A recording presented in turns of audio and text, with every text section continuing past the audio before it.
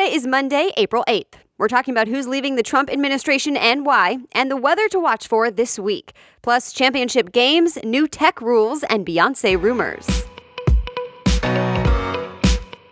Welcome to the Newsworthy. All the day's news in less than 10 minutes. Fast, fair, fun, and on the go. I'm Erica Mandy. Thanks so much for being here. You ready? Let's do this. We start today with a major departure from the Trump administration. Department of Homeland Security Secretary Kirstjen Nielsen will leave her position. She and President Trump confirmed it on Twitter yesterday. She's been leading and defending Trump's crackdown on illegal immigration and his call for a border wall. In fact, CBS News says she was by the president's side just on Friday when he visited the border in Southern California. But as of Sunday, she's out. It's not clear if she's choosing to leave or was forced to resign. But sources told CNN Trump has not been happy with her, and USA Today says some in the White House don't think she's done enough to stop border crossings. The only reason in her resignation letter is that it's simply, quote, the right time for me to step aside. Customs and Border Protection Commissioner Kevin McAleenan will take Nielsen's place as acting DHS secretary, at least for now. It's been 25 years since the Rwandan genocide. The BBC says the country will mourn for 100 days now, the same time it took in 1994 for about a tenth of the country, or about 800,000 people, to be killed. The conflict was between two ethnic groups. Most of those who died were minority Tutsis and moderate Hutus, killed by Hutu extremists. Other foreign leaders and thousands of people came to a ceremony over the weekend to remember. Rwanda's president said the country has become a family again. Tough new rules for tech companies could be coming to the UK. CNN reports the government is working on guidelines for online companies that would make them legally responsible for the illegal stuff that ends up on their sites. Think substantial fines and even criminal penalties if the companies don't do enough to get rid of things like cyberbullying and child abuse. A new independent regulator would be the one to enforce these new rules. Europe has taken a stricter stance on tech regulation than we're seeing here in the US. This particular plan is still in the works before it'll be proposed to become law. American Airlines says it's canceling flights into early June, and it's because Boeing 737 MAX planes are still grounded, and it seems they'll stay grounded for a while. USA Today says it means about 90 flights per day are now canceled. It's meant to give people time to rebook and avoid any last-minute changes. Other airlines have done something similar, like Southwest, that so far has canceled all flights using the 737 MAX planes through at least May. Remember, Boeing 737 MAX planes are not allowed to fly after two deadly plane crashes involving the same model of airplane, one in Indonesia, the other in Ethiopia. It's still not clear when those planes will be allowed to fly once again. At the same time, Boeing just said it's cutting back a bit on making new 737 planes. The New York Times reports the company plans to make about 10 less per month now. And the CEO says Boeing is putting together a committee to review how it designs and develops jets to ensure the highest level of safety.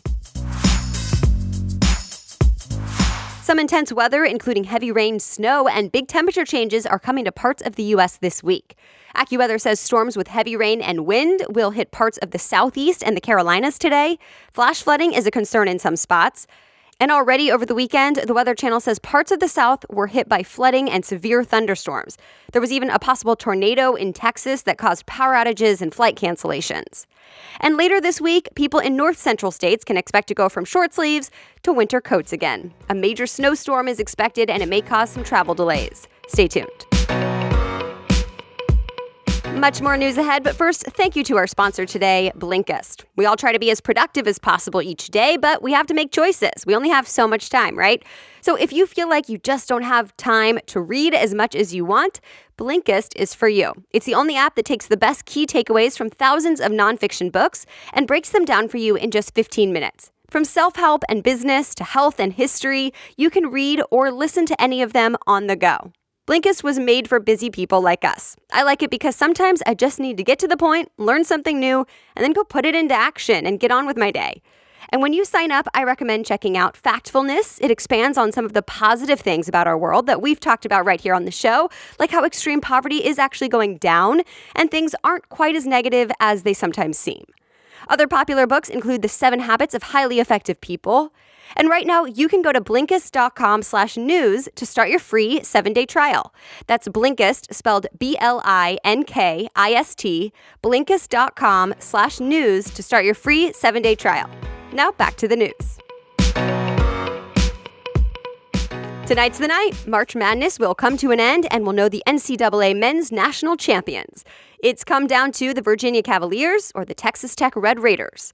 CBS Sports says neither team has actually been to the national championship before, so a lot is riding on tonight's game. As for the women, we already know Baylor won the 2019 national title, but it was a close game. Baylor beat Notre Dame 82-81. 2 college students allegedly scammed Apple, and the tech company apparently lost about $900,000 because of it. So how did it happen? The New York Times reports the students allegedly sent fake iPhones to Apple, saying they didn't work and were under warranty. Then Apple would send a real replacement, and the students would sell them in China. Together, the Times says the students submitted about 3,000 warranty claims, and about half were approved. One of the students was already charged with trafficking counterfeit goods, but both students say they did not know the phones were fake. Apple isn't commenting. Heads up to those of you who like to send Netflix videos from one Apple device to another, it might be a bit harder now. Netflix has removed the ability to wirelessly cast its videos using Apple's AirPlay. Netflix told The Verge it's basically because they can't tell which TV you're using when you do that, and they say it could affect your quality of video. Netflix says it's not a way to snub Apple, but critics aren't so sure. Remember, Apple is coming out with its own new TV Plus subscription video service soon, and Netflix decided not to be part of it. The competition heats up. Speaking of Netflix, there's a lot of buzz around a possible Beyoncé special. All we know so far is Netflix posted a cryptic message to its social media channels, a yellow image with the words Homecoming, April 17th. Well, Homecoming is the name of Beyoncé's new scholarship program, one of several clues that have fans very excited about a possible special or documentary. E! News says there are rumors it will have unseen footage from her Coachella performance last year. So stay tuned. And by the way, Beyoncé has another partnership in the works, this one with Adidas. Business Insider says they're partnering to produce signature shoes, clothing, and relaunching her brand, Ivy Park. Superhero movie Shazam was #1 at the box office over the weekend. Variety says it was expected to make just around $40 million, but it brought in even more, about $53 million in the US and $158 million worldwide.